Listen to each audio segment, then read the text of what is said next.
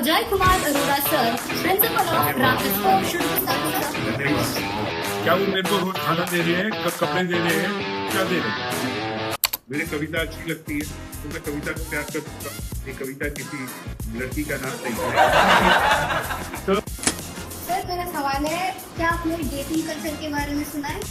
हमें अपनी बच्चियों को मासूम और अबला नहीं बनाना। डेटा के साथ ये बता सकता हूँ कि दिल्ली विश्वविद्यालय के SOL के बच्चे अपने पर्टिकुलर कोर्स में टॉपर होते हैं और रेगुलर कॉलेज जाने वाले बच्चे से उनके मार्क्स ज़्यादा होते हैं। आपको एक दिन के लिए मौका मिलता है वाइस चांसलर के पद पर नियुक्त हो, तो आप क्या क्या सिस्टम में बदलाव लाएंगे? डर 2 पल का होता है और निडरता जिंदगी भर रहती है। नमस्कार, मैं अंशुमाला कुमारी आप सभी का हार्दिक स्वागत करती हूँ पॉली चर्चा की तरफ से। और आज हम आइए मिलकर बातचीत करते हैं, सवाल करते हैं एक ऐसी पर्सनालिटी से जिनका टेन्योर स्ट्रिक्ट डिसिप्लिनरी कंप्लायंस को ओपन कम्युनिकेशन के साथ बैलेंस करने की कोशिशों से मांग रहा है, जिनका स्टेटेड एम स्टूडेंट को एक इंक्लूसिव एटमॉस्फेयर प्रोवाइड करना रहा है। जी हाँ, we have with us today our guest professor Ajay Kumar Arora sir, principal of Ramakrishna college. Welcome sir. नमस्कार, धन्यवाद Anshumala ji. Thank you sir. So आज का एजेंडा ना सिर्फ हमारा एकेडमिक डिस्कशंस करना है, बल्कि हम बात करेंगे about real life of DU students, there struggles and the issues they are facing. So should we start sir? Please. So as it's been almost 2 years from July 2024 when you got appointed as a principal of this college. जी। So can we know in brief आपका experience कैसा रहा अब तक? मेरा experience तो हमेशा बहुत अच्छा रहता है। एक चीज़ जो मैं दिल्ली विश्वविद्यालय का कर्मचारी होने से ये कह सकता हूँ, पोजीशन कुछ भी रही हो, कि आप हमेशा ऐसी जगह काम करते हैं जहाँ पे आपके सराउंडिंग में काम करने वालों, चाहे वो पढ़ने वाले स्टूडेंट हो, चाहे वो किसी भी कॉलेज के हों, वो उनकी एवरेज एज जो है वो 20 साल की है। तो आप अपने आप को हमेशा फ्रेश, अपने आप को यंग और आप अपने आप को नए सिस्टम में को मानने वाले और उसके हिसाब से बदलने वाले होते हैं। और वो मेरी हमेशा चेष्टा होती है कि I try to accommodate myself with my younger friends, जिनकी औसतन उम्र जो है वो 20 साल से कम है। तो बहुत बहुत धन्यवाद सर, आपकी एक्सपीरियंस काफ़ी इंस्पायरिंग है, हमारे दर्शकों के लिए भी काफ़ी इंसाइटफुल है। सो मैंने एक आर्टिकल पढ़ी थी कुछ दिन पहले, उसमें बताया गया था 19 year old Delhi university student जो कि देशबंधु कॉलेज से बिलोंग करती हैं, who is JNU student union candidate sister and see suicides. और ये क्लेम किया जाता है कि ये सब जो हुआ है ये इंस्टीट्यूशन के नेग्लिजेंस की वजह से हुआ है। सो ऐसे कई सारे केसेस हैं जो अनरिपोर्टेड जाते हैं और अननोटिस जाते हैं। मेरा सवाल है, how university deals with such kind of cases? आपने, एक तो मैं आपको दिल से मुबारक दूंगा कि आपने एक ऐसा टॉपिक, एक ऐसे एग्जाम्पल के साथ चुना जिसको हम नॉर्मली अवॉइड करते हैं कहना, सुनना और समझना।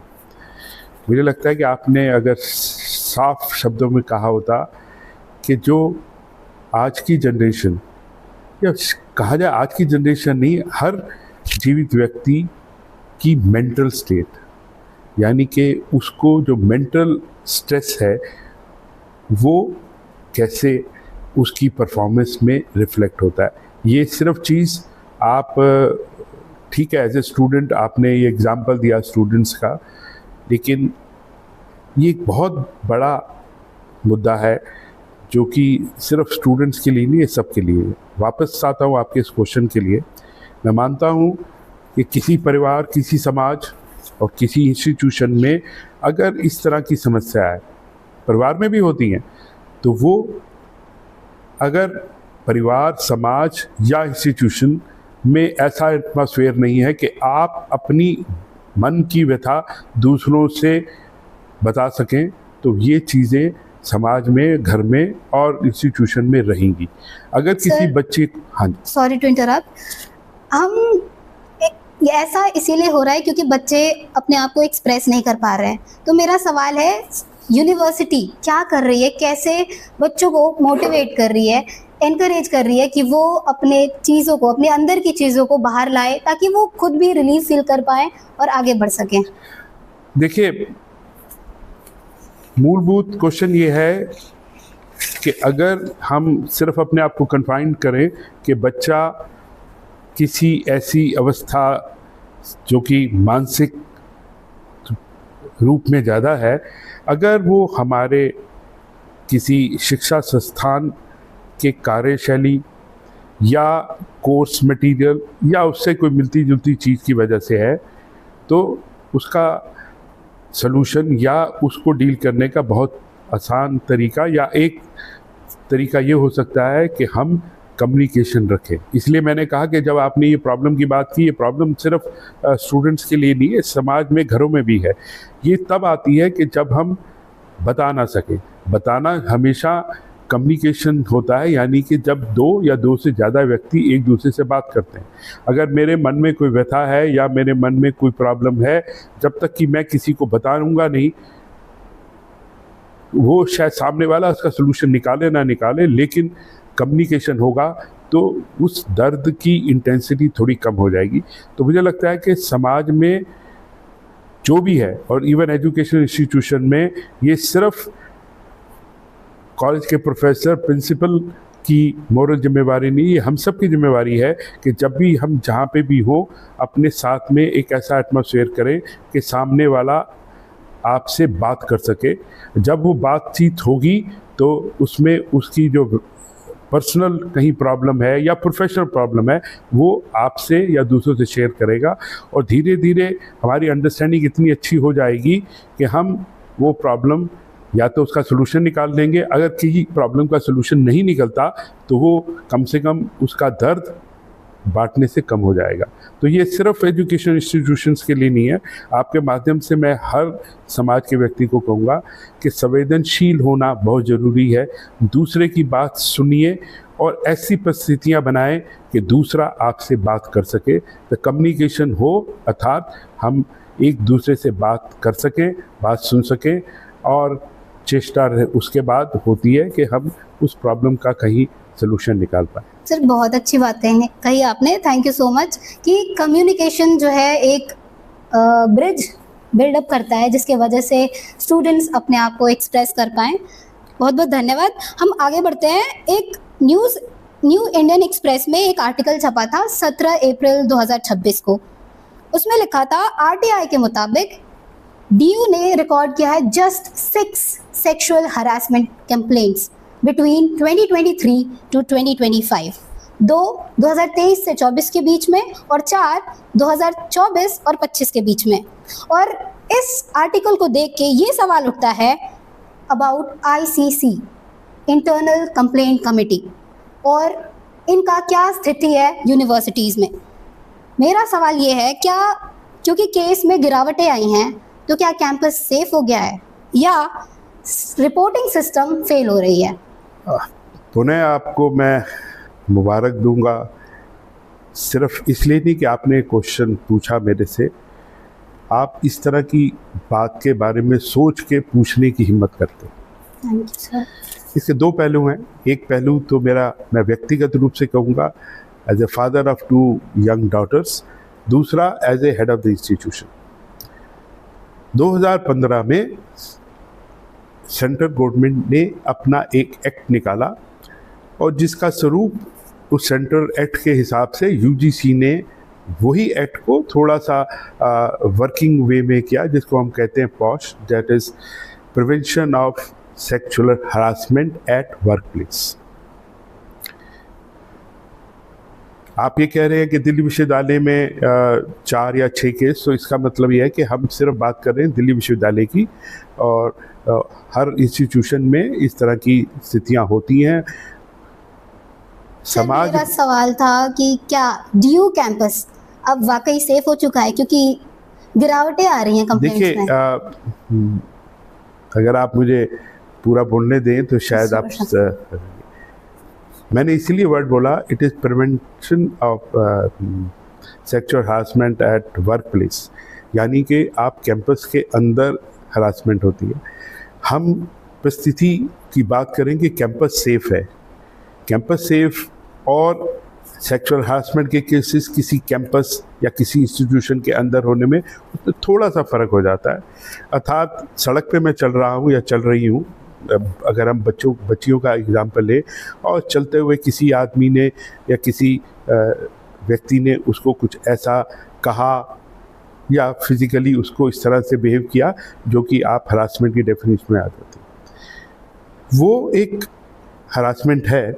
लेकिन अगर वही हरासमेंट कॉलेज के अंदर या कॉलेज में अंदर जो लोग हैं वो कॉलेज के अंदर या बाहर करें, तो इस तरह की परिस्थितियां हैं, मैं इसको नकार नहीं सकता। लेकिन क्योंकि दिल्ली विश्वविद्यालय के अगर आप कैंपस की बात करें तो ये कैंपस कहने के लिए कैंपस है, लेकिन ये अपने आप में पूर्णतः रूप से खुला हुआ है। अर्थात अगर आप देखें, अगर आप इस कैंपस में एंटर करना चाहें, कोई भी व्यक्ति किसी भी वक्त में दिल्ली विश्वविद्यालय से जो सड़कें जा रही हैं उसमें आ जा सकता है, कोई भी उसमें रिस्ट्रिक्शन नहीं है। आप माल रोड से घुसिए, खासा कॉलेज से आप यहाँ से आ सकते हैं, सीधा आ जाइए और आप अपना शक्ति नगर, रूपनगर जा सकते हैं, आप विजयनगर से यहाँ से आ सकते हैं, आप कमला नगर से आ सकते हैं। तो ये कैंपस अपने आप में पोरस है। इसलिए जो मैंने कहा ना कि सेक्सुअल हरासमेंट हो रहा है या होता है, उसमें सिर्फ वो कैंपस के अंदर नहीं होता। कैंपस में सिर्फ यहाँ पे वो कहूँगा कि वो बाउंड्री जिसमें दिल्ली विश्वविद्यालय के डिफरेंट इंस्टीट्यूशन हैं, जो बहुत सारी सड़कें हैं जिसको हम प्राय कैंपस कह देते हैं, वो उसमें जो लोग एंटर करते हैं शायद उनका किसी भी इंस्टीट्यूशन से डायरेक्टली कोई रिलेशन नहीं होता। सेफ्टी, अगर आप सच कहेंगे तो मैं ये नहीं कह सकता कि दिल्ली विश्वविद्यालय के आसपास जितनी सड़कें हैं या बहुत सारा एरिया है जहाँ पे हमारे बच्चे और बच्चियाँ दोनों कैंपस के आसपास रहते हैं, जिनको हम पीजी कहते हैं, वह सारी ये चीज़ें हैं। आफ्टर सेइंग सो, मुझे लगता है कि हमें अपनी बच्चियों को मासूम और अबला नहीं बनाना है। मैं इसको ये कहता हूँ कि मेरी जितनी भी बच्चियाँ हैं वो अपने आप को रानी झांसी बनाएं, तो शायद उस डर से, आपके स्ट्रॉन्गनेस होने से, अगर ये ख़त्म नहीं होगा लेकिन सामने वाला डरेगा और आप देखेंगे ऐसे व्यक्ति जो कि इस तरह की प्राय कोशिश करते हैं, वो मानसिक रूप से, मैं तो ज़रूर कहूँगा कि वो बीमार नहीं है, उनको तो ऐसी बीमारी है जिसका इलाज बहुत स्ट्रॉन्ग करना चाहिए, लेकिन वो डरपोक बहुत होते हैं। जिस दिन मेरी बेटियां रानी की झांसी बन गई तो वो किसी भी ऐसे व्यक्ति को अपने आप फिजिकली, इमोशनली डील कर पाएंगी। वेल, क्योंकि हम कॉलेज में हैं अभी, तो हमारा यूनिवर्सिटी और कॉलेज क्या प्लेटफॉर्म प्रोवाइड कर रहा है इन बच्चियों को जो अपने आप को झांसी की रानी बना सके? देखिए, मुझे लगता है कि प्राय हर कॉलेज में सेल्फ डिफेंस का कोर्स होता है। दिल्ली पुलिस हर कॉलेज के साथ मिलके, कभी किसी कॉलेज में एनएसएस, किसी में वुमेन डेवलपमेंट सेल, और इस तरह की रेगुलर बेसिस पे सेल्फ डिफेंस का कोर्स होता है। और प्राय ये बच्चे, अगर आप मेरे से पूछे लोग आज जेनजी की बात करें, तो मैं जेनजी के बारे में एक चीज़ उनसे सीखता हूँ कि ये वाली जो जनरेशन है आज की, उनके खाने, उनकी फिज़िकल एक्सरसाइज, उनकी सोच में काफ़ी पॉजिटिव है। वो आज से जो 10 साल या 20 साल 30 साल में जो खाने का, बाहर घूमने का, माइनस फिज़िकल एक्सरसाइज, आप देखिए आजकल के बहुत बच्चे जिम जाते हैं, ठीक है, वहाँ पे भी उसमें थोड़ा सा कई तरह के प्रोटीन जो नहीं खाने चाहिए वो खाते हैं, लेकिन अदरवाइज़ थोड़ा सा बदलाव है। मैं इससे ये नहीं कह रहा कि कॉलेज की जो रिस्पॉन्सिबिलिटी है या इंस्टीट्यूशन की जो रिस्पॉन्सिबिलिटी है उनको ऐसा एटमॉस्फेयर देना चाहिए। हर इंस्टीट्यूशन को, जैसे आपने कहा, इंटरनल कंप्लेंट कमेटी के तहत उनको ये पता हो ये लॉ क्या है और उस लॉ के बारे में पता हो, हरासमेंट का एक्चुअल मतलब भी पता हो। हरासमेंट का मतलब सिर्फ लिमिटेड टू फिज़िकल हरासमेंट नहीं होता, सेक्सुअल हरासमेंट के मायने इससे बहुत वाइड हैं। और हम अपने कॉलेज में करते हैं। लेकिन हाँ, मैं आगे से चेष्टा करूँगा कि ये रेगुलर बेसिस पे हम अपने कॉलेज के बच्चों के लिए करें। ये सिर्फ लिमिटेड ना रहे लड़कियों के लिए, क्योंकि समाज में अगर हम अच्छी शिक्षा अपने बच्चों को भी देंगे, अपने बेटों को भी देंगे, तो मुझे लगता है कि समाज में इस तरह की चीज़ें कम आएंगी। सिर्फ लड़कियों को उनके अधिकार और इन लॉ के बारे में बताना, लेकिन अगर हम उन बच्चों के अलावा उन बच्चों को भी, उन लड़कों को भी बताएं कि हमें समाज में रहते हुए अपने समाज, अपने देश के प्रति एक समझदार नागरिक बनना चाहिए, तो मुझे लगता है कि वो भी वैल्यूज़ शायद हेल्प करेंगी कि जो इस तरह के हरासमेंट के केसेस आते हैं और बहुत सारे अनरिपोर्टेड जाते हैं। मैं सर, ये काफ़ी अच्छी बात कही आपने कि हमें अपने बेटों को भी सिखाना चाहिए। तो क्या आप ओपनली एजुकेट करते हैं बॉयज़ को स्पेशली अबाउट? देखिए, ऑन ए लाइटर साइड कोई भी बच्चा अपने परिवार में किससे सीखता है? ऑफ कोर्स माता पिता। अपने माता सबसे पहले क्यों शब्द लिया? क्योंकि माँ से सबसे ज़्यादा सीखता है। और माँ तो ये क्लेम करती है कि भैया मेरा उस बच्चे के साथ में उस पिता से ज़्यादा रिलेशन है, क्योंकि 9 महीने मैंने अपने उस गर्भ में रखा। तो माता से हम सीखते हैं, और माँ से बड़ा तो मुझे लगता है कि भगवान भी नहीं होता। पिक्चर में गाना भी था, ए माँ तेरी सूरत से हंसी, भगवान की सूरत क्या होगी। तो अगर घर के में माएँ, मैं किसी को कंप्लेंट नहीं कर रहा, अगर परिवार हम सबको ऐसी शिक्षा देंगे, ऐसी वैल्यूज़ देंगे, तो मुझे लगता है कि उससे बेनिफिट होता है और होगा। काफ़ी अच्छी बात कही आपने कि जो एक इंसान के अंदर एक व्यक्तित्व का जो डेवलपमेंट होता है वो घर से शुरुआत होती है। ये बहुत ही अच्छी बात है। हम आगे बढ़ते हैं। एक सवाल मेरा आपसे, अगर अभी कोई बच्चा ऐसी सिचुएशन फेस कर रहा है, ऐसे इशू फेस कर रहा है, तो सबसे पहले उसको कहाँ जाना चाहिए? देखिए, ऐसा एटमॉस्फेयर क्रिएट हो कि जैसे पहले मैंने क्वेश्चन में कहा कि आप किसी से बात कर सके, और ये बात अगर किसी बिटिया के साथ हुई है, ये तो कोई आसान बात नहीं है। किसी को अपने मन की व्यथा वो आराम से बता पाएगी। वो अपने आप में ही लड़ती है कि मैंने अगर किसी को बताया तो ये कहेंगे कि इसमें इसकी क्या गलती होगी, ये होगा वो होगा।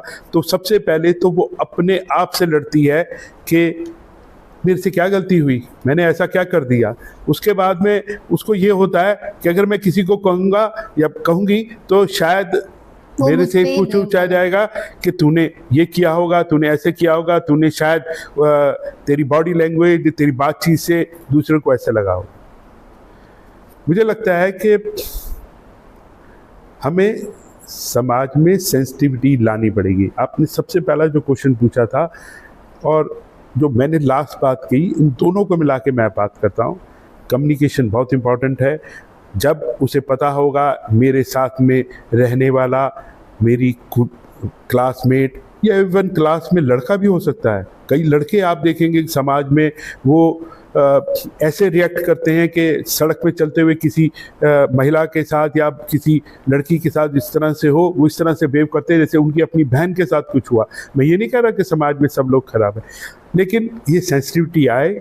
हम समाज में दूसरे को समझने और समझने के लिए कम्युनिकेशन इम्पॉर्टेंट होता है। और अगर आप इसको सिर्फ कन्फाइंड करें इस क्वेश्चन को कि किसी एजुकेशन इंस्टीट्यूशन में क्या है, तो कॉलेज के प्राचार्य और कॉलेज के जितने टीचर्स हैं वो अपने विद्यार्थियों को ऐसा रिलेशन डेवलप करें जैसे दो बड़े भाई और छोटे भाई में होता है, या जैसे माँ और बच्चे में होता है। इसलिए मैंने कहा कि माँ का मतलब यहाँ पे मैं सिर्फ फीमेल की बात नहीं कर रहा। तो अगर मेल टीचर भी है, अगर उसमें फीलिंग इस तरह से टीचर को, बच्चे को लगेगा कि जैसे मैं अपने बड़े भाई से या अपने माँ से या बाप से बात कर रहा हूँ, तो वो अपने बात को कम्युनिकेट कर पाएगा। तो मुझे लगता है कि जो आपने पहला क्वेश्चन बहुत छोटे में पूछा था उसकी बहुत वैल्यू है कि हमारे को इमोशनली कनेक्ट होना पड़ेगा। हमारी जो आजकल जो मेंटल स्ट्रेस जिसे कहते हैं, वो सारी चीज़ों पे हमें, मुझे लगता है कि बहुत सारी वर्कशॉप करके सिर्फ बच्चों को नहीं, हर व्यक्ति को थोड़ा सा सेंसिटिव और समाज के प्रति, और जो समाज के बारे में सोचता है, परिवार के बारे में सोचता है, वो राष्ट्रभक्त भी होता है। वो ये नहीं करेगा कि मैं अपने देश के प्रति, जो इसका मतलब है कि वो अपने देश के बारे में सोचेगा तो टेररिस्ट नहीं बनेगा। तो ये चीज़ें एक चेन प्रोसेस में है। तो मुझे लगता है कि आई एम वेरी हैप्पी कि मेरे साथ में जो बच्चे बैठे हैं जिनकी उम्र 18, 19, 20 साल की है, वो इस तरह के क्वेश्चन सोच रहे हैं। तो दोबारा पुनः मैं आपको इस बात के लिए बहुत बहुत मुबारक। Thank you sir. क्योंकि हम बात कर रहे हैं सेफ्टी की, तो इसी के साथ मेरा अगला सवाल है। सवाल से पहले मैं आपको बैकग्राउंड बता देती हूँ। 6 अप्रैल 2026 को मॉर्निंग में रामजस कॉलेज और मिरांडा हाउस को बॉम्ब थ्रेट्स मिलते हैं, जिसके बाद सिस्टम उन सिचुएशन को अपने हाथ में लेती है और उसके बाद जो भी है मैटर सॉर्ट आउट करती है। सर, डीयू के कॉलेजेस को लेकर अभी हर किसी के मन में एक डर सा पैदा हो गया है, चाहे वो विद्यार्थी हो जो अभी सपने देख रहा हो डीयू में पढ़ने की, या वो जो भी पढ़ रहा है, या फिर ये कह लो उनके माता पिता, सभी चिंतित हैं। और वो एक पॉइंट पे कहीं ना कहीं इस बात पे सोचते हैं कि अगर मैं वहाँ जाता हूँ, अचानक से कुछ हो गया तो फिर क्या होगा। तो मेरा सवाल ये है, यूनिवर्सिटी और सिस्टम क्या कर रहे हैं रिड्यूस करने के लिए, या यूँ कह लीजिए ये फियर हटाने के लिए स्टूडेंट्स के मन से और पेरेंट्स के मन से? देखिए, मैं इस क्वेश्चन का, जिसमें क्योंकि आपने रामजस कॉलेज का एग्जांपल लिया, तो पिछले 2-2.5 वर्षों में रामजस कॉलेज में 3 बार इस बम थ्रेट की इंफॉर्मेशन हमें आई, और लकीली ये तीनों बार ही हॉक्स निकली, अर्थात इसमें कोई तथ्य नहीं था। पहलू कुछ भी हो, अगर इस तरह का जब हमारे पास इंफॉर्मेशन आती है तो हमारा पहला रिएक्शन और पहला एक्शन ये होता है कि हम उस प्रेमिसेस को वेकेट करा। मैं रामजस का एग्जांपल देता हूँ पर्टिकुलरली। हमने जैसे ही पता लगा और हमने दिल्ली पुलिस को इन्फॉर्म किया, और दिल्ली पुलिस ने बड़ी प्रॉम्प्टली अपना काम करना शुरू कर दिया, और कुछ देर के बाद बम स्क्वाड यहाँ आ गई। इतने टाइम के बीच में ही रामजस कॉलेज, जिसमें हर वक्त प्राय मिनिमम 3,500 से 4,000 बच्चा होता है, क्योंकि हमारे कॉलेज की स्ट्रेंथ 6,500 है, आप मानेंगे कि पुलिस के आने से पहले हमारे कॉलेज के सारे विद्यार्थियों ने, चाहे उस वक्त लैब चल रही थी, अपने बैग, अपने फ़ोन छोड़ के बड़े सिस्टमेटिक कॉलेज बिल्डिंग को वेकेट किया, जिसमें हमारे कर्मचारी और टीचर्स ने सपोर्ट किया। और ये तो सब जगह होना चाहिए। अगर कहीं हमारे को पता लगे कि यहाँ बम हो सकता है या कोई इस तरह की दुर्घटना हो सकती है, तो एज ए भारतीय और एज ए सिटीजन हमें ये करना चाहिए, और हमारे स्टूडेंट ने किया। और उसके बाद दिल्ली पुलिस ने भी अपना जो काम करना था प्रॉपर्ली किया। तो क्या हम ये एक्सपेक्ट कर रहे थे कि जो बम है वो फट जाए? ये तो बहुत अच्छा था कि बम की जो हमारे पास इंफॉर्मेशन थी वो सही नहीं थी। ऐसे कभी कहीं इंस्टीट्यूशन में आता है तो ये एक्शन लिया जाता करते। अब इस थ्रेट की बात करते हैं। इस थ्रेट के 2 आयाम हो सकते हैं। अगर हम स्टैटिस्टिकली बात करें तो ऐसा लगता है कि probability of this threat being genuine is बहुत कम, और हॉक्स होने का बहुत ज़्यादा चांसेस हैं। तो इसका मतलब है कोई ऐसा व्यक्ति जो सिर्फ मज़े लेने के लिए इस तरह की दे रहा है, क्योंकि हम समाज के अंदर ऐसे लोगों को पनपने दे रहे हैं। शायद हमने जो समाज को जैसे बनाना चाहिए था हम नहीं बना पाए, इसलिए कुछ लोग, चलो कोई बात नहीं। आप मुझे एग्जांपल पढ़ा मैंने भी अखबार में कि एक स्कूल के अंदर, सीरीज़ ऑफ स्कूल्स के अंदर बम थ्रेट आए, तो बाद में पता लगा कि एक बच्चे ने शायद उस दिन एग्ज़ाम था तो इसलिए वो बम कर दिया ताकि मेरा आज एग्ज़ाम ना हो। तो हमने शायद उसको नहीं बताया कि भाई ये हंसने और उसकी बात नहीं है, क्योंकि वो शेर आया, किसी दिन सही में शेर आ गया तो शायद हम मानसिक और शारीरिक रूप से तैयार नहीं होंगे। तो मैं आपके माध्यम से ऐसे सब लोगों को कहूँगा कि जो इस तरह के सिर्फ अपने शन फूड मतलब क्या कहूँ, खुशी के लिए या किस चीज़ के लिए करते हैं, कृपया मत करिए। समाज के लिए और आपके परिवार के लिए अच्छा नहीं है कि हमारे ही इसी समाज में जो लोग ये एक्चुअल में काम करते हैं उनको भी हम इनडायरेक्टली स्ट्रेंथ दे रहे हैं। कृपया करके आप मत करिए। और हम इस तरह की बातों से, जैसे मैंने मतलब रामजस कॉलेज ने ये किया और भी कॉलेजों ने सब किया, ऐसी परिस्थितियाँ उत्पन्न ना हो, लेकिन अगर उत्पन्न हो तो उसको हम मैनेज करें आराम से। और जो इस तरह की हरकतें करते हैं सिर्फ मजाक के लिए, वो ना करें। और अगर समाज में, देश के बारे में और परिवार के बारे में लोग सोचेंगे तो वो व्यक्ति जो एक्चुअल में ये करना चाहते हैं वो भी मुझे लगता है आने वाले वक्त में कम हो जाएंगे या बिल्कुल ही ख़त्म हो जाएंगे। बहुत अच्छी बात कही आपने। हमें सबको इंसान समझना चाहिए और अपनी खुशी के लिए किसी और को पैनिक नहीं देना चाहिए। अभी माहौल हमारा थोड़ा काफ़ी गर्मा गया है तो थोड़ा लाइट करते हैं इसको। सर, मेरा सवाल है, क्या आपने डेटिंग कल्चर के बारे में सुना है? देखिए,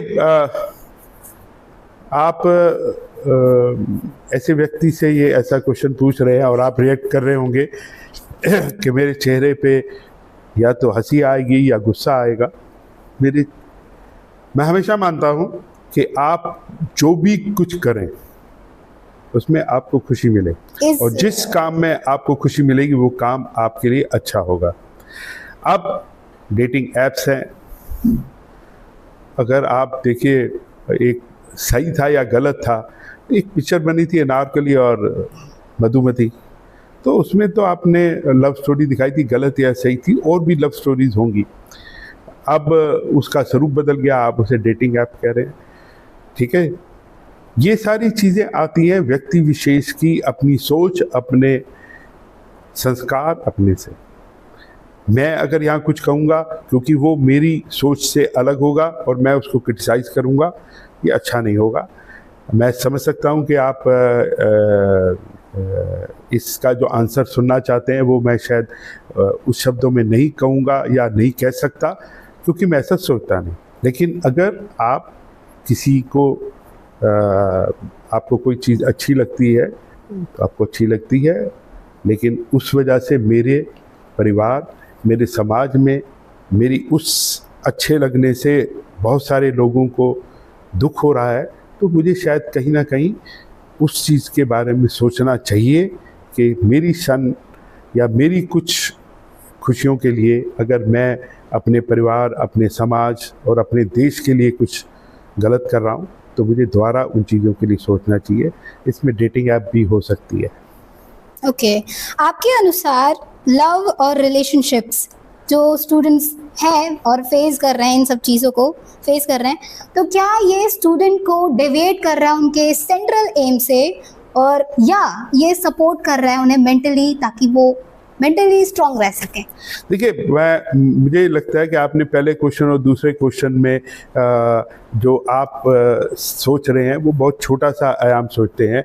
लव जो होता है वो अफेक्शन भी होता है, ठीक है। और मैं अपने प्रोफेशन से लव करता हूँ, मैं अपने देश से प्यार करता हूँ, मैं अपने माँ बाप से प्यार करता हूँ, मैं अपनी छोटी बहन भाई से प्यार करता हूँ।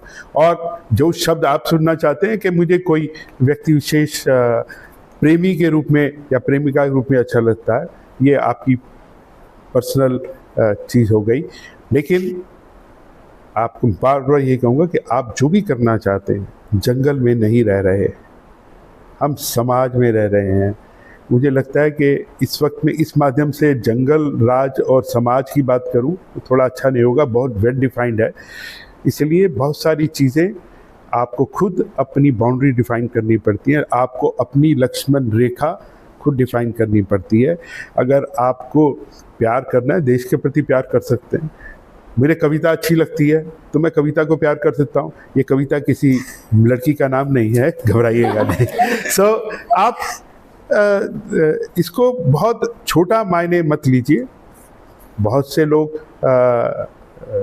मैंने बताया ना कि जिसमें आपको खुशी मिले आप करिए, लेकिन सिर्फ खुशी वो सिर्फ आप तक कन्फाइंड हो ऐसा नहीं है, क्योंकि मैं समाज में रहता हूँ, मैं परिवार में रहता हूँ। तो ये सारी चीज़ें नज़र रखते हुए मुझे एक्ट ऑफ बैलेंस में ये सब करना चाहिए, और जो आपको अच्छा लगे आप करिए, लेकिन आपके उस करने में मैं या और लोग उससे आहत ना हो, ये आप चेष्टा जरूर करिए। ओके, थैंक यू सर, ये काफ़ी अच्छी एडवाइस दी है हमारे। हाँ, यंगर को अच्छी लगेगी एडवाइस। नाउ वापस आते हैं, let's talk about DU SOL students. उनका मानना है they are discriminated with regular students in many cases. फिर चाहे वो DU इवेंट्स में डायरेक्ट एंट्री की बात हो, या फिर एग्जामिनेशन सेंटर पे टेंट के अंदर बिठा के उनको एग्जाम देना हो, या फिर बेसमेंट्स में बैठ के एग्जाम देना हो। टाइम्स ऑफ इंडिया के एक रिपोर्ट के मुताबिक SOL students were excluded from job mela. They protested. Administration का रिस्पॉन्स आया कि वो रेगुलर स्टूडेंट्स के लिए था, हालांकि बाद में उन्हें अलाउ कर दिया गया था पार्टिसिपेट करने के लिए। तो टाइम्स ऑफ इंडिया के इस रिपोर्ट के मुताबिक इसमें यह भी लिखा गया था कि इस मूव को, जहाँ की उन्हें एक्सक्लूड कर दिया गया था, इस मूव को एजुकेशनल एपार्थाइड कहा गया था। तो मेरा सवाल है, अगर DU SOL students officially part हैं दिल्ली यूनिवर्सिटी के, तो यूनिवर्सिटी ऐसे डिस्क्रिमिनेशन उनके साथ क्यों करती है? देखिए, मुझे लग रहा है आप मुझे डिस्क्रिमिनेट कर रहे हैं। अर्थात मैं एक रेगुलर कॉलेज का प्राचार्य हूँ, लेकिन इसका जवाब मैं नहीं दूंगा तो आप कहेंगे शायद मैं जवाब से भागा। आपने सवाल में ही एक जवाब दे दिया। मैं आपसे एक छोटा सा सिचुएशन आपके सामने रखता हूँ, इसको प्रश्न मत मानिएगा, सिचुएशन बता रहा हूँ। मैं जॉब लेने के लिए यहाँ आया, जॉब ऑफर कर रहा हूँ, और मेरी जॉब जो है वो related to some scientific laboratory या साइंटिफिक इंस्ट्रूमेंट की है। तो naturally I will be asking for a student who has done or who are aware or well familiar with a scientific environment, a scientific instrument। तो आप तो कह सकते हैं भाई आपने मेरे से पूछा ही नहीं, साइंटिफिक एनवायरनमेंट तो मुझे पता है, अब मैं इंस्ट्रूमेंट सीख लूँगा, लेकिन मुझे तो आज नौकरी देनी है ना। मैं शायद ये अफोर्ड नहीं कर सकता कि मैं आपको इस इंस्ट्रूमेंट के बारे में पढ़ूँ, तो ये एक रिक्वायरमेंट होगी मेरी। ठीक है, आपने कहा ये हो सकता है कि ये बात हुई, पहले मना किया, बाद में इसको अलाउ किया। Let me honestly admit you कि मैं इस दिल्ली विश्वविद्यालय से बहुत टाइम से जुड़ा हुआ हूँ, बहुत लोगों को के साथ मेरा इंटरेक्शन रहा, एज वेल अपने बच्चों के लिए भी बहुत हाई लेवल पे, बहुत लार्ज स्केल के ऊपर जॉब फेयर्स लगाता है। और आपके माध्यम से मैं ज़रूर कहूँगा, मैं इस 2 साल में आपने कहा मैं जून 2024 में आया, तो खैर एनीवे 2024 से आया हूँ, तो रफली 2 साल होने को आ गए। लेकिन उससे पहले मैं दिल्ली विश्वविद्यालय के एग्जामिनेशन ब्रांच में था, 3-3.5 साल वहाँ मैंने काम किया। मैं आपको डेटा के साथ ये बता सकता हूँ कि दिल्ली विश्वविद्यालय के SOL के बच्चे अपने पर्टिकुलर कोर्स में टॉपर होते हैं, और रेगुलर कॉलेज जाने वाले बच्चे से उनके मार्क्स ज़्यादा होते हैं। तो उनमें भी वो पोटेंशियल है। कुछ कोर्सेज में एक एग्जांपल भी दे सकता हूँ, लाइब्रेरी साइंस का कोर्स चलता है, वहाँ पे BLib, MLib, MA political science का होता है। बहुत पहले एक बार मुझे याद है कि इंग्लिश ऑनर्स का बच्चा भी जो टॉपर था, जो कि शायद 30-32 कॉलेजेस रेगुलर कॉलेजेस में है, उसके अलावा SOL में भी है। तो कोई फ़र्क नहीं है, डिग्री सेम है, कोर्स सेम है, सब कुछ सेम है। कई बार हमारी रिक्वायरमेंट है कि नंबर ऑफ़ जॉब्स जो ऑफ़र करनी है वो कम है, उनके पास टाइम कम है, तो इसलिए इस तरह की कोई हम एक गाइडलाइंस या एक अपना मेथड बना लेते हैं। लेकिन एज सच कोई डिस्क्रिमिनेशन नहीं होती। तो अगला शब्द तो मैं इस्तेमाल नहीं करूँगा जो आपने किया, लेकिन कभी कभी मजबूरी रह सकती है SOL के विद्यार्थियों के लिए, पर्टिकुलरली पिछले कुछ वर्षों से मैंने देखा। और एक बात तो मुझे याद है, ये बहुत पुरानी बात होगी, 2009 या 10 की, और उसका जो प्लेसमेंट हुआ था वो अशोका होटल में हुआ था। उस वक्त की जो डायरेक्टर मौजूदा थी SOL की, तब उसको कैंपस ऑफ ओपन लर्निंग कहा जाता था, उसके अंतर्गत काफ़ी बच्चियों को नौकरी मिली और उसका जो प्रोसेस हुआ था वो अशोका होटल में हुआ था। ऐसा प्राय होता नहीं है, ना ही फ़र्क होता है। सर सोल स्टूडेंट्स का स्पेशली ये मानना है कि सोल जो है अलग से उनके लिए जॉब फेयर ऑर्गेनाइज करती है, लेकिन उसमें जो उनको जॉब प्रोवाइड करी जाती है वो काफ़ी लो प्रोफाइल की होती है।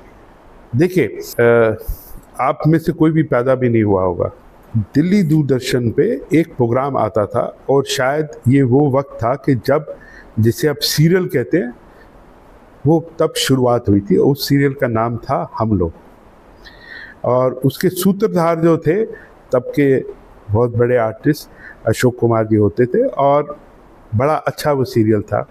हम बहुत छोटे थे, हमने वो देखा। उसमें एक करेक्टर है जिसको घर में लल्लू कहते हैं, आज बहुत बड़े आर्टिस्ट हैं वो। तो वो ये कहते हैं कि मुझे जॉब चाहिए 700 डैश का मतलब होता है उस वक्त में क्लास 1 की जो जॉब मिलती थी उसमें बेसिक पे 700 से शुरू होती, और उनको वो जॉब नहीं मिलती और उनकी शादी भी हो जाती है। और जैसे किसी की शादी होती है तो आप पे माँ सरस्वती, माँ लक्ष्मी का थोड़ा सा ज़्यादा हो जाता है, क्योंकि देवी आपके अपने घर में आ जाती है। वो उसकी बीवी उसको कब समझाती है और वो शायद एक छोटी जॉब ले लेता है, और बाद में थोड़े से टाइम के बाद में वो अपनी उस जॉब से आगे बढ़ जाता है। मैं इसलिए नहीं कह रहा कि आप कोई जॉब ले लें। देखिए, जितने जॉब्स अवेलेबल हैं, हम सारे कोशिश करते हैं कि हमें क्लास 1 जॉब मिल जाए या जॉब मिल जाए। ज़माना बदल रहा है, आप जॉब लेने के लिए मत भागिए, ये सोचिए कि मैं शायद कुछ जॉब दे सकूं। अभी आप ये क्यों नहीं कहते कि बहुत जगह पे बहुत सारे बच्चे स्टार्टअप कर रहे हैं, और मैं सच्ची बताता हूँ, इनमें से आने वाले कुछ 5-7 सालों में, 10 सालों में वो इतने स्ट्रांग बन जाएंगे कि आप ये कहोगे। आपको पता है, ये दिल्ली विश्वविद्यालय में पढ़ता था, मेरे साथ पढ़ता था, या एसफर में पढ़ता था। हमारी शायद ट्रेनिंग ऐसी रही कि हम नौकरी मिल जाए, हम मिल जाएंगे। सर, यहाँ बात आ जाती है हमारी एजुकेशन सिस्टम की, जो हमें इतना किताबी कीड़ा बना देता है कि खुद से नया स्किल बाहर उभर नहीं पाता है। देखिए, बीच में मैंने एक शब्द इस्तेमाल किए थे, आपने किया था, मैंने उसको, प्यार को अपने काम से जोड़ दिया। आप प्यार को सिर्फ प्रेमिका और उसमें जोड़ना चाहते थे, particularly under national education policy 2020। अगर आप उसको देखें, अगर मेरे से कहा जाए कि कुछ साइलेंट फीचर बताइए, हो सकता है बहुत बड़ा डॉक्यूमेंट है, मैं उसमें से हाईलाइट करके आपको बड़े अच्छे पॉइंट बता देता। लेकिन अगर मुझे कहा जाए कि सिंपल भाषा में बताइए, सिंपल भाषा में, आप भैया जिस भाषा में आप पढ़ना चाहते हो पढ़ लो। पहले हमारा ये था कंपलसरी, इंग्लिश तो कंपलसरी है। आप दिल्ली में से हो सकता है कि बहुत से विद्यार्थी जो दिल्ली में अच्छे या एक पर्टिकुलर क्लास ऑफ स्कूल से पढ़ के आते हैं, उनके लिए अंग्रेज़ी अच्छी होगी, लेकिन बाकियों को अंग्रेज़ी अच्छी नहीं होती थी, तो हिंदी पढ़ लो आप। मैं खुद बता रहा हूँ कि दिल्ली यूनिवर्सिटी ने जो हमारी शेड्यूल 22 लैंग्वेज है, उसमें पहले ही साल अंडर NEP 16 डिफरेंट भाषा में एग्ज़ाम कराए, तो बेनिफिट था। मैं ये कहना चाहता हूँ, ये तो एक एस्पेक्ट हुआ NEP का। दूसरा एस्पेक्ट जो है वो बात करते हैं स्किल की। अब स्किल जो है, अगर मुझे कहा जाए कि आप अपनी स्किल डेवलप करिए फ्रेंच में, अरे मेरे को फ्रेंच ही नहीं आती, मैं कहाँ से डेवलप करूँगा? इसलिए जिस चीज़ में मेरा प्यार है उस तरह मैं स्किल कर लूँ। अब आप सब लोगों की स्किल जो है, आप जर्नलिज्म के स्टूडेंट ना भी होते हुए मेरे से ग्रिल कर रहे हो, क्वेश्चन पूछ रहे हो, तो इसका मतलब है आपके अंदर वो एक ऐसी स्किल है कि आप मेरे से क्वेश्चन पूछ रहे हैं। It's more like a journalism. आप जो सामने मेरे यहाँ और बच्चे बैठे हैं, या ये जो बेटा बैठा है वो कैमरा होल्ड कर रहा है, उसको ये भी पता है कि लाइट कितनी आनी है, कहाँ से आनी है, और एडिटिंग कैसे करनी है, तो स्किल हो गई ना। तो आज आप सिर्फ ये कहें कि जॉब नहीं मिल रही, कम मिल रही है, और हमें एक फिक्स बताया जा रहा है, हम फिक्स खुद हो जाते हैं। अभी दिल्ली विश्वविद्यालय ने ये कहा कि आप अगर चाहें तो 8 क्रेडिट, यानी कि 2 क्रेडिट के 4 पेपर, 2 क्रेडिट के 2 पेपर और एक 4 क्रेडिट का पेपर आप कहीं और से पढ़ लीजिए, दिल्ली विश्वविद्यालय से पढ़ने की जरूरत नहीं है, आप ऑनलाइन कोर्स कर लीजिए, अपनी खुशी से, अपने स्किल से, जो आपको मज़ा आता है, जिसको आप प्यार करते हैं, वो कर लीजिए। दिल्ली विश्वविद्यालय ने आपको कहाँ जकड़ लिया कि यही पढ़ना है, पहले होता था, तो आपके पास ऑप्शन अवेलेबल है। लेकिन होता क्या है कि हम कई बार वो रास्ता नॉर्मली अपनाने की कोशिश करते हैं जो एक नॉर्मल होता है। जो नया रास्ता अपनाएगा शायद उसको कहीं ना कहीं कोई नई अच्छी चीज़ मिलेगी। तो ये थोड़ा सा अपने आप में विश्वास करके अपने जो पोटेंशियल है आप उसको अंडर NEP यूज़ कर सकते हैं। I am very clear. आपको किसी ने नहीं कहा कि आप ये पढ़िए, आपको ये पसंद नहीं है, दूसरा पढ़ लीजिए, स्किल आ गई हैं, वैल्यू एडिड कोर्सेज आ गए हैं। एक बच्चा NCC करता है तो उसको अगर वो चाहे तो 2 क्रेडिट के 4 पेपर NCC के कर सकता है। NCC तो करता ही है, सुबह आके वो करता है, वो आगे शायद आर्मी में या नेवी या डिफेंस फोर्सेस में जाना चाहता है, उसको उसके क्रेडिट भी मिलते हैं, अर्थात उसको वो पेपर पढ़ने का जो लोड था वो NCC करने के साथ में होता था, वो अब कम हो गया, वो NCC करते हुए वो उसके क्रेडिट भी अर्न कर सकता है। या शायद हमें ये नहीं पता, इस वजह से हम एक नॉर्मल रूट लेते हैं। अब पर्टिकुलरली एजुकेशन सिस्टम में और दिल्ली यूनिवर्सिटी में, और अगर मैं कहूँगा कि जहाँ जहाँ पे भी NEP 2020 इम्प्लीमेंट हो चुकी है, अब वो मैं स्टार्ट करता हूँ कि जब NEP आया था तो वो थी न्यू एजुकेशन पॉलिसी, यानी कि एक नया एजुकेशन सिस्टम पॉलिसी हम ला रहे हैं, आप देख लीजिए, और अब वो राष्ट्रीय हो गई है, that become a national education policy.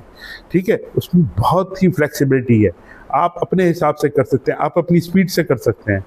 ये नहीं है कि मेरे को अगर दिल्ली यूनिवर्सिटी की बात करूँ तो हर सेमेस्टर में 22 क्रेडिट करने हैं, मैं 22 की जगह पे 26 क्रेडिट भी कर सकता हूँ, अगले सेमेस्टर में कम भी कर सकता हूँ, 18 क्रेडिट भी कर सकता हूँ, मैं ज़्यादा भी कर सकता हूँ, अगले में 22 इसमें 22 करके मैं माइनर डिग्री ले सकता हूँ, मैं बाहर से भी कर सकता हूँ, विदेश भी जाके कर सकता हूँ।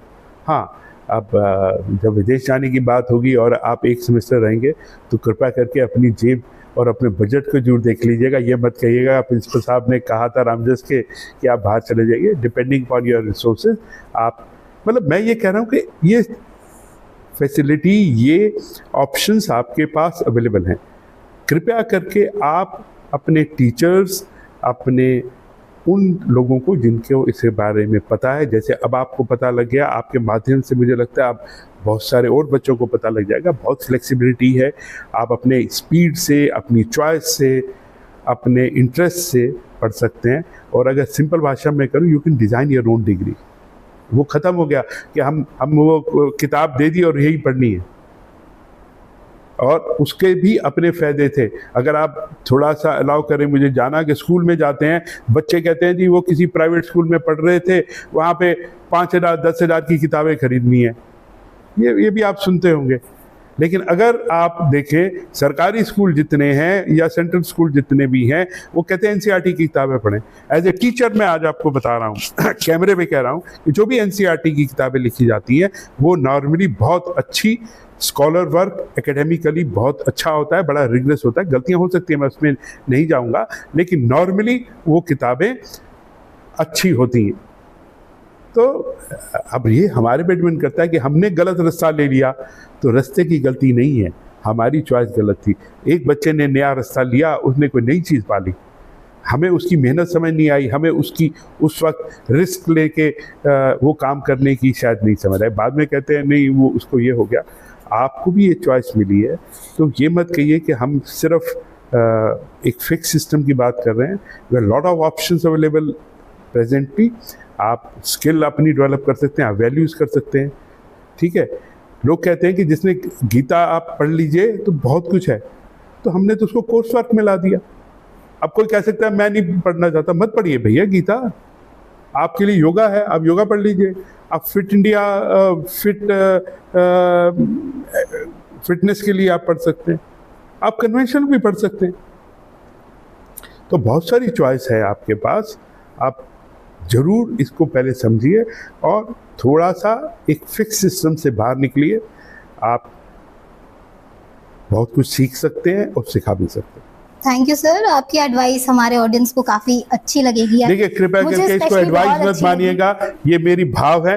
अगर आपको अच्छा लगे तो आप करिएगा। ये सारी चीज़ें जो मैंने कही ये सब अवेलेबल हैं आपके माध्यम से। मैं सबको बहुत बहुत मुबारक देता हूँ। और सर हमारा कुछ और सवाल है। अभी और है, बिल्कुल आप पूछिए। मुझे लग रहा है कि इधर जो मेरी बच्चियाँ बैठी हैं और बेटा बैठा है वो भी शायद, मुझे लगता है थोड़ी देर बाद हमें कैमरे को उधर भी बदल के उनके अगर कोई क्वेश्चन हो तो वो सर भी। अभी हमने बात कर ली सेफ्टी के बारे में, मेंटल हेल्थ के बारे में। अब एक स्टूडेंट्स के मन के भाव जो बहुत ही ज़्यादा अफेक्ट कर देती है एक विद्यार्थी को, जब ये शब्द वो सुनता है या फिर अपने पेपर में देख लेता है। अभी एक पल के लिए मान लेते हैं आप एक विद्यार्थी हैं और ER शब्द सुनते ही आपके मन में कैसा भाव और आता आप है? सच पूछिए, मैं आज भी विद्यार्थी हूँ, मान क्यों लूँ? मैं एज ए टीचर ये बताता हूँ, टीचर का मतलब सिर्फ एक कोर्स वर्क पढ़ाना नहीं होता। मैंने ऐसे टीचर देखे और उनसे शायद सीखने की बात की कि जिन्होंने अपनी ज़िंदगी में 40 साल 50 साल से ज़्यादा पढ़ाया और उनसे पढ़े हुए लोग उनका नाम बहुत इज्जत से लेते हैं। तो सीखना सबसे ज़्यादा इम्पॉर्टेंट है। ER का मतलब है आप सब बच्चे रेस में दौड़े, आपने थोड़ी कम मेहनत करी तो आप क्वालिफाई नहीं कर पाए। ER बस आ गई, essential sir sorry to interrupt. हाँ जी, ये कहीं ना कहीं बच्चों की गलती होती है, लेकिन वो बहुत कम जगह देखी जाती है। मोस्टली ये देखने को मिलती है कि सिस्टम के माइनर सी मिस्टेक्स की वजह से बच्चे को एक महीने 1.5 महीने धक्के खाने पड़ते हैं। देखिए जो समय का नुकसान आप होता है। ये क्वेश्चन आज से 4 साल पहले पूछते तो मुझे, या कम से कम 2.5-3 साल पहले पूछते तो मैं उपयुक्त व्यक्ति होता इसका जवाब देने का। लेकिन जितना मेरा एक्सपीरियंस है कि हमने ये डेटा एनालिसिस किया है और वो अभी भी एग्जामिनेशन ब्रांच में अवेलेबल होगा कि जब जो बच्चे ER के बाद में री एवेल्युएशन या रीचेकिंग, डिपेंडिंग अपॉन कौन सी फैसिलिटी अवेलेबल है, उसमें प्राय ये पाया गया है कि उनके जो पहले मार्क्स होते हैं वो बदलते नहीं हैं। मैक्सिमम केसेस में ये होता है।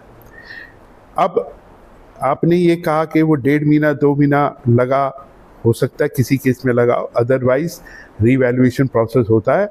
और ये नहीं है कि सारे केसेस में, लेकिन बहुत कम केसेस में उनके मार्क्स बदलते हैं। अब ये भी आपको बता देता हूँ कि हमारे दिल्ली यूनिवर्सिटी में 2015 से, if I remember correctly, grade system आ गया, अर्थात नंबर नहीं है। तो जब हम पहले नंबर की बात करते थे कि 40% पे पास हो रहा है, तो आपको पता था मेरे 40 नंबर आए हैं या 36 नंबर आए हैं। रीवैल्यूएशन में 36 के 38 हो गए या 40 हो गए, मैं पास हो गया। अब ग्रेडिंग सिस्टम है। ये हो सकता है कि आप सिर्फ 1 नंबर से फेल हो रहे हो और रीवैल्यूएशन में आपके 2 नंबर बढ़ गए तो आप इधर से उधर हो गए, आप पास हो गए।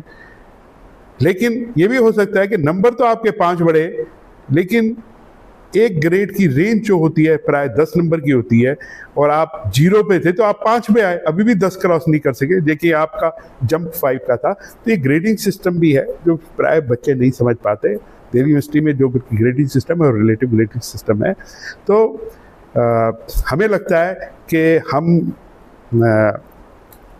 ठीक एग्ज़ाम दिया था और हमें पास होना चाहिए था। लेकिन जो इवेलुएटर होते हैं वो प्राय, सर कई बार बच्चों को एब्सेंट कर दिया जाता है। देखिए मुझे लगता है कि फिर ये क्वेश्चन एग्ज़ाम की तरफ शिफ्ट हो रहे हैं। देखिए ऐसा होता है कि जहाँ पे बच्चा एब्सेंट होता है, इसका मतलब है कि जिस जगह पे उसको बैठना था वहाँ पे वो नहीं बैठा। और आप कह रहे हैं कि वो बच्चा तो प्रेजेंट था। मैंने ये खुद पाया है कि हमारे, मेरे साथ खुद ये हुआ था। मैं आपको बता देता हूँ, इसके दो पहलू होते हैं कि हमने अपना नंबर गलत देखा। हमारा 10 से 11 डिजिट का रोल नंबर होता है और कई बार क्या होता है कि हमने 2 डिजिट इंटरचेंज कर दिए तो आपका रोल नंबर गलत हो गया। तो वो कॉपी फिजिकली प्रेजेंट है लेकिन वो एब्सेंट में चली गई। ठीक है, इनफैक्ट जो लोग मैथमेटिक्स के अंदर न्यूमेरिकल एनालिसिस पढ़ाते हैं और एरर एनालिसिस पढ़ाते हैं, उसमें एक तरीका होता है, वो पढ़ाते भी है कि कई बार लिखते लिखते 91 को 19 लिख देते हैं। अब 19 लिख दिया यानी 19 लिख दिया 91 को, और उसमें 2 कापियां आ गई, क्योंकि 19 वाला तो था ही, 91 वाले को हमने 19 लिख दिया, तो फिर इस वजह से हुआ। ये अपने आप में अगर कोई पढ़ना चाहे या समझना चाहे, ये मैं इसका ये नहीं कह रहा कि गलतियां हमारे से नहीं हो सकती, लेकिन ये एक एरर एनालिसिस में ये एक इनबिल्ट तरीके मतलब गलती के होने के चांसेस होते हैं, इस वजह से ये होता है। ईआर अगर आपकी आई और कॉपी आपने कॉलेज से बना के बताया कि आप प्रेजेंट थे, उसमें कॉपी की आइडेंटिफिकेशन मिल जाती है और फिजिकली उस कॉपी को ढूंढ के आपको रिजल्ट दे दिया जाता है। Okay sir, now we are almost towards the end of the podcast, और एक सवाल जो मेरे दोस्त ने मुझे खुद सुझाव दिए थे कि मैं आपसे पूछूं, वो है, अगर आपको एक दिन के लिए मौका मिलता है कि आप डीयू कॉलेजेस के वाइस चांसलर के पद पर नियुक्त हो, तो आप क्या क्या सिस्टम में बदलाव लाएंगे? देखिए, मुझे बहुत गर्व है कि मैं इस दिल्ली विश्वविद्यालय से स्टूडेंट से पहले भी जुड़ा हुआ था। मैंने बहुत सारे वाइस चांसलर देखे, और उसमें आप कहते हैं मैं होता ना तो ये गलती नहीं करता, मैं होता तो इसको करता, यही आप मेरे से सुनना चाहते हैं। लेकिन पिछले 5 वर्षों में जो मैंने दिल्ली विश्वविद्यालय में पॉजिटिविटी देखी, हमारे जो प्रेजेंट वाइस चांसलर हैं उनकी एक्सेसिबिलिटी ऐसे बहुत कम होता है। आपने इतने सारे प्रिंसिपल्स के को देखते हुए आपने मुझे क्यों चुना ये आपको पता होगा, लेकिन मैंने उनके साथ में जब मैं एग्ज़ाम में था तब भी काम किया। प्रिंसिपल का हर बार उनसे कुछ सीखने का मौका लगता है। तो कम से कम अभी तो मुझे ऐसी कोई चीज़ नज़र नहीं आ रही कि मैं ये कहूँ कि मैं होता वाइस चांसलर तो मैंने ये कर दिया होता। उन्होंने बहुत अच्छे काम किए हैं, चाहे वो स्टूडेंट हो। आज ही के दिन में दिल्ली विश्वविद्यालय में जो 4th ईयर के बच्चे हैं जिन्होंने अपने रिसर्च, डिसर्टेशन और एंटरप्रेन्योरशिप की है, उसके लिए उन्होंने आज ही वो मेला ख़त्म हुआ है, और मुझे लगता है आज या कल में जो बेस्ट स्टूडेंट परफॉर्मेंस रही वो भी डिक्लेयर हो गई या नहीं होगी वो मैं नहीं भी जानता, बट शायद मुझे लगता है 1 आध दिन में हो जाएगा। तो चाहे वीसी इंटर्नशिप हो, चाहे नए नए कोर्सेज लाने की बात हो, और सच पूछिए, हमने एक बीच में क्वेश्चन बात की थी, बिटियाओं की बात की थी। I think I must salute that individual कि उन्होंने सिंगल चाइल्ड और फ्रेंड चाइल्ड ये कंसेप्ट दिल्ली विश्वविद्यालय में, मैं तो कह रहा हूँ भारतवर्ष में पहली बार किया है। तो आप अब सी तो मुझे कोई ऐसी चीज़ नज़र नहीं आती, तो मैं शायद सच पूछिए तो I will not be justifying कि I have something to do with that. I have learn lot of things during last 5 years। Exam मैंने कराया ठीक ठाक था, लेकिन उसके साथ में सीखा। आप देखिए कि दिल्ली विश्वविद्यालय जो 100 साल पूरा कर चुका है, और मुझे ये गर्व है कि मैं उस वक्त था जिस वक्त हमने अपनी 100वीं कन्वोकेशन की।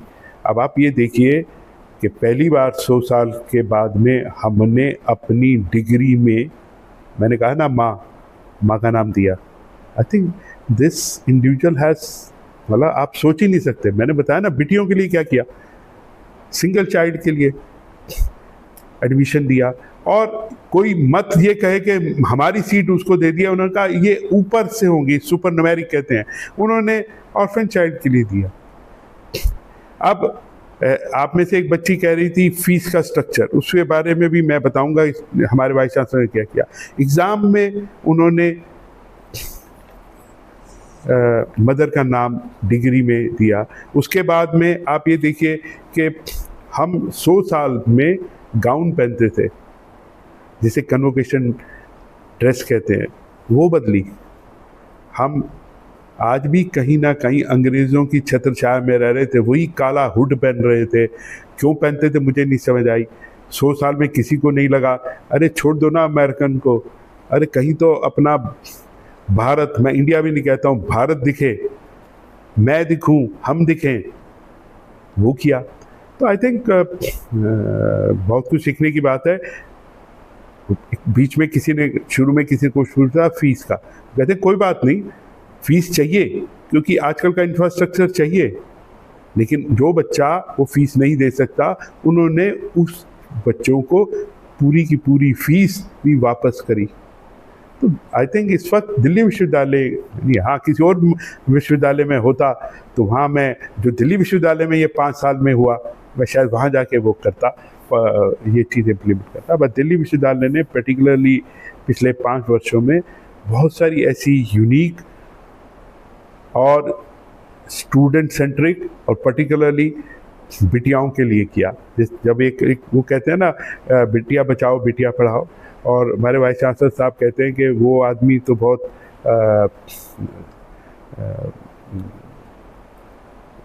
लकी होता है जिसकी बेटियां होती हैं। तो मैं तो डबल लकी हूँ और वो भी लकी हैं। तो उन्होंने सही में किया। आई थिंक दिल्ली यूनिवर्सिटी ने पिछले कुछ वर्षों में ऐसी चीज़ें की हैं जो बहुत ज़्यादा स्टूडेंट सेंट्रिक है। सर, आपका विचार मुझे काफ़ी अच्छा लगा और उम्मीद करती हूँ मेरे दर्शकों को भी काफ़ी अच्छा लगेगा। मेरा एक आखिरी सवाल, हमारे इस प्लेटफॉर्म के माध्यम से हमारे दर्शकों को आप क्या कहना चाहेंगे? देखिए, मैं बहुत सिंपल कहता हूँ, एक चीज़ जो मैंने अब की, आपको नेगेटिव नहीं कह रहा, डिजिटल फुटप्रिंट, अर्थात आजकल आप सोशल मीडिया में हैं, आप जो करना चाहते हैं, मैं खुद बहुत चीज़ें यूज़ करता हूँ, कंप्यूटर यूज़ करता हूँ, आपकी तरह शायद ऐसे नहीं मैसेज टाइप कर सकता। मेरी बच्चियाँ कहती हैं वो ऐसे करो, मैं ऐसे करता हूँ। तो use of technology is good, लेकिन कृपया करके अपने digital footprint neat and clean रखिएगा, क्योंकि ये ज़माना डिजिटल अरेस्ट की बात नहीं कर रहा, आपकी अपनी मानसिक, शारीरिक और वैल्यूज़ वहाँ पे रिफ्लेक्ट होती हैं। आप देखते होंगे जैसे ही गूगल में कुछ डाला, उसकी ऐड आपके पास आनी शुरू हो जाती है। आपने कहीं गलत चीज़ें देखी तो वो आपके नाम के साथ में जुड़ जाएंगी। अगर कहीं आप कल को विदेश और पर्टिकुलरली अमेरिका जाएं तो वो तो आपका सोशल मीडिया प्लेटफॉर्म भी देते हैं। तो please restrict to the social media, and जो चीज़ आप इंजॉय करते हैं, जिसमें आपको खुशी मिलती है और आपकी खुशी आपके परिवार को, आपके समाज को, आपको देश को किसी तरह का दुख नहीं देती, आप वो एंजॉय करिए, वो करिए। आप सबको मेरी तरफ से बहुत बहुत शुभकामनाएं। बहुत बहुत धन्यवाद सर, मुझे काफ़ी अच्छा लगा, आपने इतनी सारी बातें बताई हमारे दर्शकों को और आपके विचार काफ़ी उम्दा थे, हमें काफ़ी कुछ सीखने को मिला। आपके कीमती समय के लिए बहुत बहुत धन्यवाद। Thank you. नमस्कार, धन्यवाद।